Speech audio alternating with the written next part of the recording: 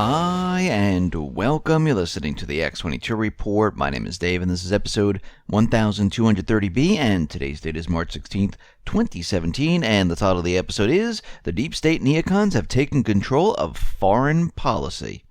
Now, before I get started, I just want to make an announcement. I uploaded an interview with Harley Schlanger on the X22 Report Spotlight YouTube channel, so all you have to do is go to YouTube, type in X22 Report Spotlight. You will see the video there, or you can come over to the X22Report.com site, scroll down a little bit, look over to your right-hand side, you'll see the video there, you can play it right on the site, or go to newssentinel.com, same thing, scroll down a little bit, look over to your right-hand side, and you can play the video right on the site. Let's get into the economic collapse, political and geopolitical news. Now, when Trump was first inaugurated, he put forth a travel ban, and the corporate media went crazy over it. Judges suspended it, and he couldn't move it at all. So he had to rewrite the entire travel ban, which he did. He left Iraq out of it, and we see at this point he's having the same exact problem. A federal judge in Hawaii says Muslims in America are unfairly and illegally discriminated against by Trump's efforts to curb the immigration of violent Muslim refugees from war-torn Muslim countries. Now, of course, his travel ban says nothing about Muslims whatsoever. There are many other different religions in these countries, and it applies to all the different religions. Another judge in Wisconsin says a Syrian who recently was given asylum and who is not even a citizen has the right to ask a fellow judge for visas to fly his relatives into the United States, regardless of opposition from the U.S. government, border and police and intelligence and immigration agencies. 3 California judges and a judge in Washington state say the president's sole right and solemn duty to guard the border ends when a state suffers financial harm because its universities can't import more fee-paying customers from restricted countries. These judges are competing with each other to throw invented legalistic roadblocks in front of Trump's legal and proper defense of the nation's borders. And this is coming from Hans von Spakovsky, a former lawyer at the Department of Justice who is now working for the Heritage Foundation. He said, "I don't think the various judges have any professional shame about it. In fact, they're being applauded by newspaper editors, the corporate media, for actually ignoring the Congress, law, and Supreme Court rulings based on their own personal policy preferences. The judges," he says, "grab for power. Despite the plain text of the Congress law and despite prior Supreme Court decisions, they're not even following them." He said this is very destructive when it comes to the rule of law, which the entire basis of our republic is based on. Once again, they don't care about the rule of law. They don't follow any of the laws, and they're just making decisions up as they go along. And even when you cite a Supreme Court ruling, they don't care. Now, Republican senators, they're demanding Tillerson probe Soros and his color revolutions. And we know that Soros is involved in many of the different color revolutions across the globe, in Ukraine, in the Middle East, and many other areas. Even here in the United States, he was working with groups, paying them money, paying agent provocateurs to create riots out of the protests. So we can see right now, they're moving towards an investigation. We'll have to see where this goes. We'll see if Tillerson actually does anything. Now, we know that the House and now the Senate Intel Committee, they have said that they have no evidence whatsoever of any type of wiretapping. Now, what they're really saying is that Trump has not given them anything. It's not that they've done this exhausted investigation into this. They're saying that they haven't received any evidence because Trump hasn't given it to them yet.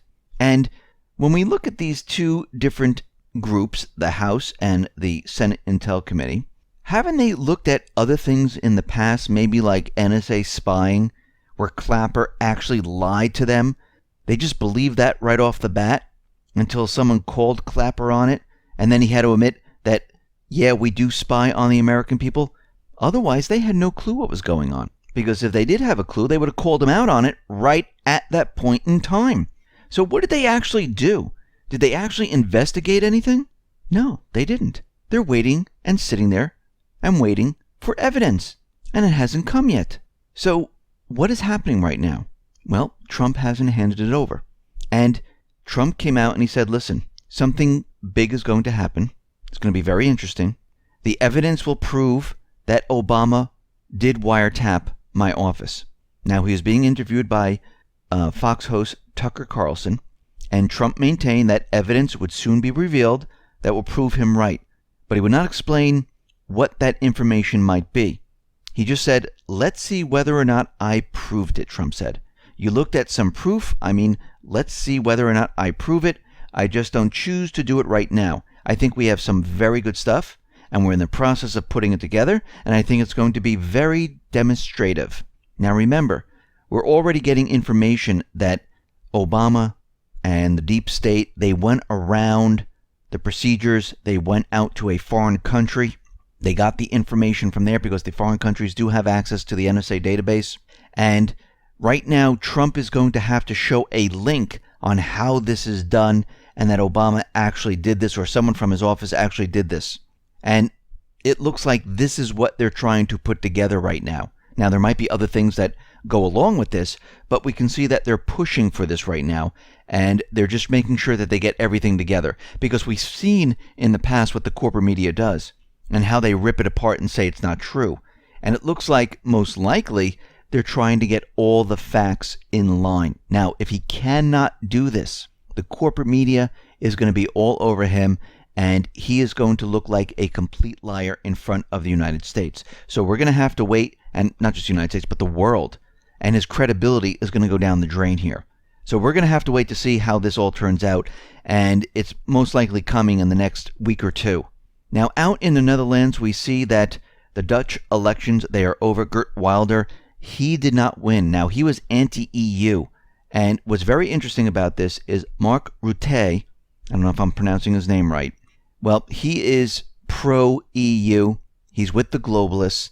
And German Chancellor Angela Merkel already congratulated him. Now, think back when we were discussing the Economist magazine of 2017 with all the different tarot cards. On one of the tarot cards, it was called the Wheel of Fortune. There were 3 individuals on that, which basically showed the elections coming up, the EU.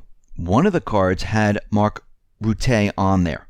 Now, he won, and he's tied to the Wheel of Fortune. So that did come true.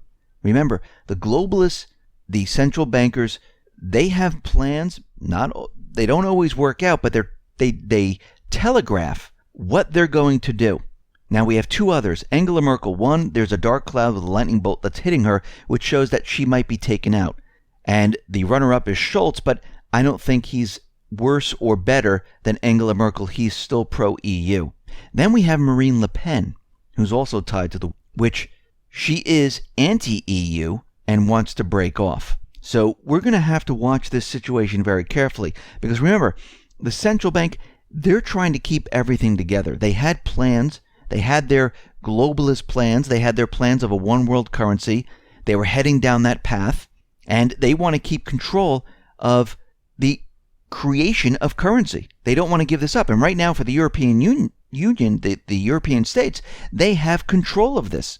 So they already know what's happening. They already see, and they're picturing, and they're projecting out into the future of how they want this to go down. Now, in the past, the EU, they wanted their own armed forces, their own police forces, and it was going to be controlled by the central bankers. I mean, this is the end game here, where they would want their own forces. They didn't want to depend on other governments. Right now, Europe is looking at the situation, and they're saying, you know something? We need to be dependent. And the EU right now is focusing on the need to have its own military, its own police force, and its own nuclear deterrent. And they're saying that the nuclear deterrence plan is being eyed by France, and they're proposing to turn the French nuclear potential into a European nuclear deterrent. It is believed that Germany could play a decisive role in convincing France and maybe the UK to provide security guarantees for all of Europe. And under this plan, Europe would become independent from the US. The UK, though, is planning to leave the EU. France is planning to leave the EU. But they said they would still work with these countries under certain conditions. This would require a doctrine allowing Europe to introduce nuclear weapons to a non-nuclear conflict. Now, the proposal right now is not so popular at present because it will take a lot of time and effort to convince people it should be done. Because we have to remember, they have a treaty, which is the Non-Proliferation of Nuclear Weapons Treaty. If this is voted on and it's removed, well, the chain reaction would lead to the emergence of about 55 to 60 nuclear countries, which is a huge change, which is what they want going forward because their plan is to start a war with Russia. And they would like to have 55 to 60 nuclear countries. And if they are able to do this and push their agenda, what do you think Russia's going to do if they see this happening?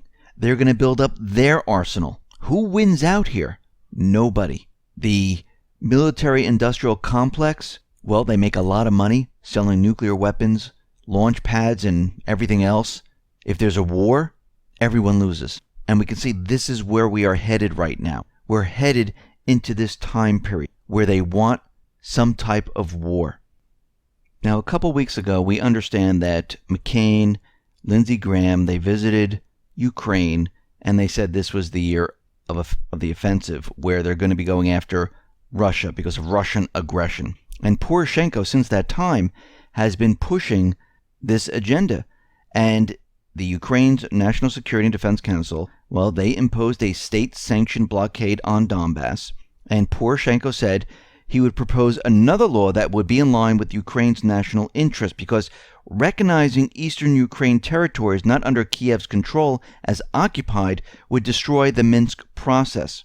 Now, this is a bizarre admission from Ukraine's president, especially because he supports the blockade. So he's trying to get rid of the Minsk agreement right now. And he's starting to push the agenda of pushing a war in this area because this is what they really wanted. This is why McCain, this is why Graham were out there. They weren't there to visit. They were there to tell them they have the support of the United States government central bankers, the Neocons, and we will help you fight Russia. And it's beginning. Now, out in Yemen, we see that Russia is warning that there's going to be this attack against a Yemen port. And they're saying the biggest port in Yemen, Al Hudaydah, will get hit. And we can see already that the United States, Saudis, they've been hitting Yemen, and Yemen never attacked Saudi Arabia. All they did was remove the puppet government, and the United States and Saudi Arabia have been hitting hard into Yemen, making the people suffer. They have a naval blockade right now, so no supplies can get in and out. Right now, there's about 1.5 million that are displaced, and there's hunger, and there's a humanitarian crisis right now in this country. And if you notice that everywhere the United States goes and pushes their neocon agenda, Yemen, Iraq, Syria, Libya, Lebanon, Sudan, Somalia, Ukraine, there's a humanitarian situation in each one of these countries. There are refugees. There are people that are starving. The countries are in debt. It is a complete disaster. And when you look at who's to cause all this, this is the central bank. This is the deep state. These are the neocons. They are the ones who created this entire problem. Go to the source. How did this all start? Go back to Wesley C. Clark when he said, yes, the United States is going to be going into each and every one of these countries. These countries never attacked America. They did nothing. All they did was, hey, can we sell our oil not using the dollar? The UN said, sure, go right ahead. Or some countries just did it. And guess what? This doesn't go well with the central bank because it messes up their system right now. And they're not prepared to move it into a different location. So what they did was they had to take control of the entire situation. We see there are B-52 bombers. They are being flown in from Minot Air Base, and they're being sent to the Middle East. This is the first time in 12 years that the aircraft from the base have been deployed to support combat operations in the area. We see already, and we're starting to understand why the United States, the corporate media, put out propaganda that Russia was bringing troops into Libya. If we step back and we take a look at what's going on here, we start to understand why. Now, Libya hosts the world's 10th largest oil reserves. And it's been stuck in underproduction ever since the NATO war on Libya, which led to the assassination of Gaddafi. And it turned this country into a war zone right now. And there's a civil war going on. And there's many different factions. One of the biggest ones is Haftar, which Russia is backing. And we can see that Russia is backing Haftar because they know if they help, they will get control of this area, just like the United States wants control of this area. But again, they're helping, I'm talking about Russia, they're helping an elected body who wants the country. The U.S. has created a government which was not elected by the people of Libya. And also, Libya is a strategic location. Now, the question is, why did the U.S. and the corporate media create the propaganda that Russia is bringing in troops into Egypt? Well, this is an important area because what we're seeing right now is President Sisi has gotten closer to Russia. And we see that Egypt and Russia, well, they're supporting Assad now. Not only that, but he's also working really closely with China and is supposedly in talks with Iran to normalize relations with Tehran. So the U.S. said, oh, troops are being brought into Egypt to go into Libya. This is why the propaganda started. Now, the next phase of the propaganda is to say why the United States needs to go into Egypt. Maybe the Islamic State all of a sudden shows up. We already know they're all of a sudden regrouping in Libya. I wouldn't be surprised if something happens in Egypt, some type of an event, a bombing, or something like that, because we can see they don't want Russia to get a hold of Egypt, Libya, this whole region, because they're all starting to shift away from the U.S. narrative. We have news from Al Hadath, a news website, that reported that several U.S. military helicopters landed 10 kilometers away from Deir ez-Zor, and they evacuated a number of Islamic State commanders from the region. And the reporter said, after the helicopter landed, several U.S. Marines took 10 Islamic State commanders on board and left the region. We know the United States government central bankers support the Islamic State. They support the terrorist groups. We are now getting information that the U.S. may send an additional 1,000 troops into Syria. And Trump is reaffirming the right of the CIA to decide whom to kill and where, which means these strikes are not going to be transparent. Remember, they're using these drone strikes to go after those individuals that are called Al-Qaeda. Remember how this whole thing works.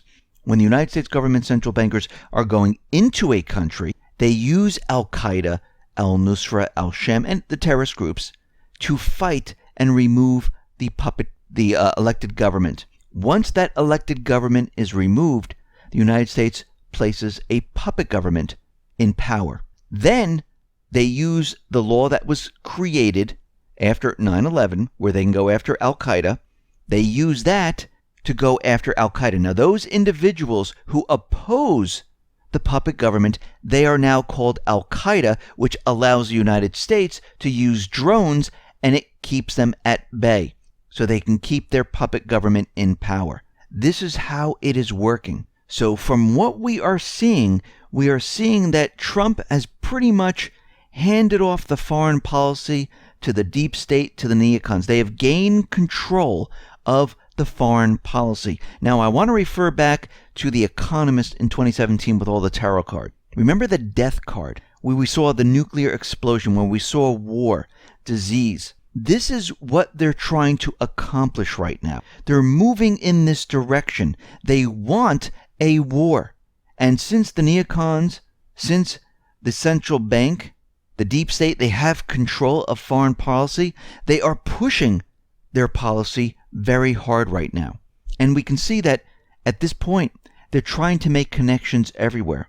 They're saying that North Korea, well, they're behind recent bank cyber attacks. They're saying they tracked it down to a known group called Lazarus because they left behind inside the code, well, breadcrumbs.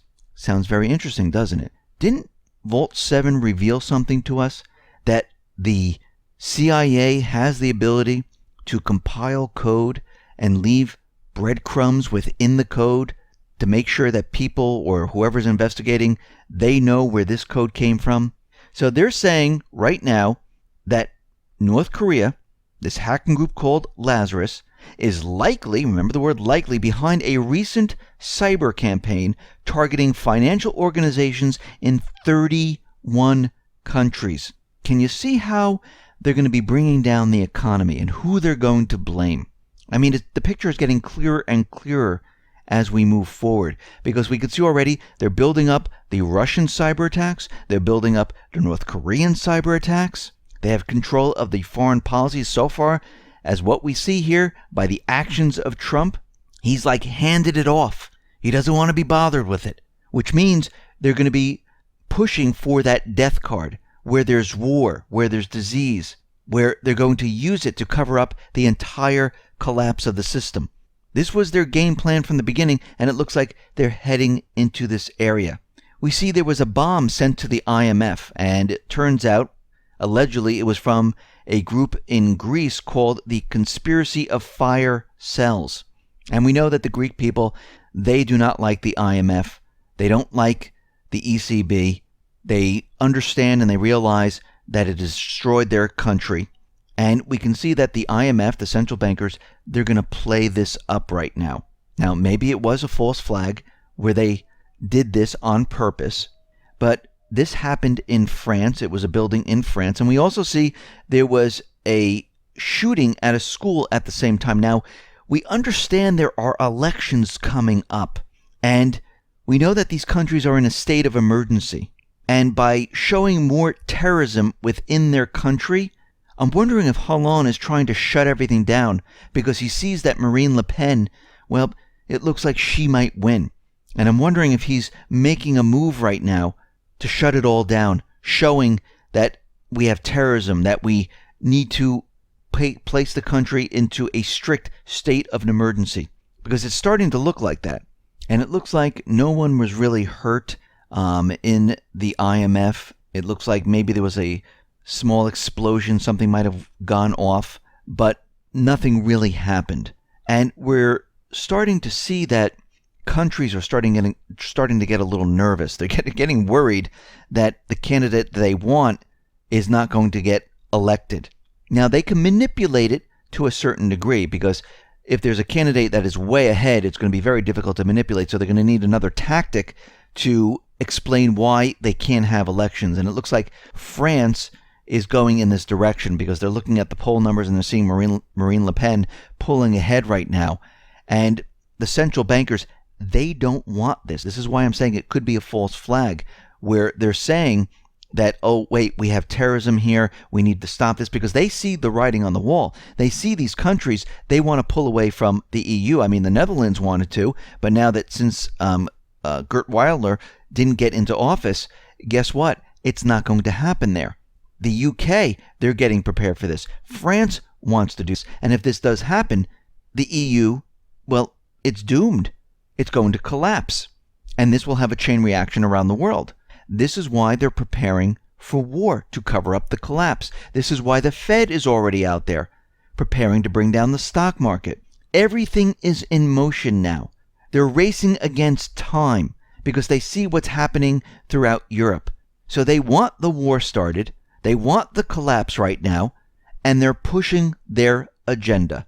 Listen, everyone, thanks a lot for listening. Be well, be safe, and especially be prepared. Thanks a lot.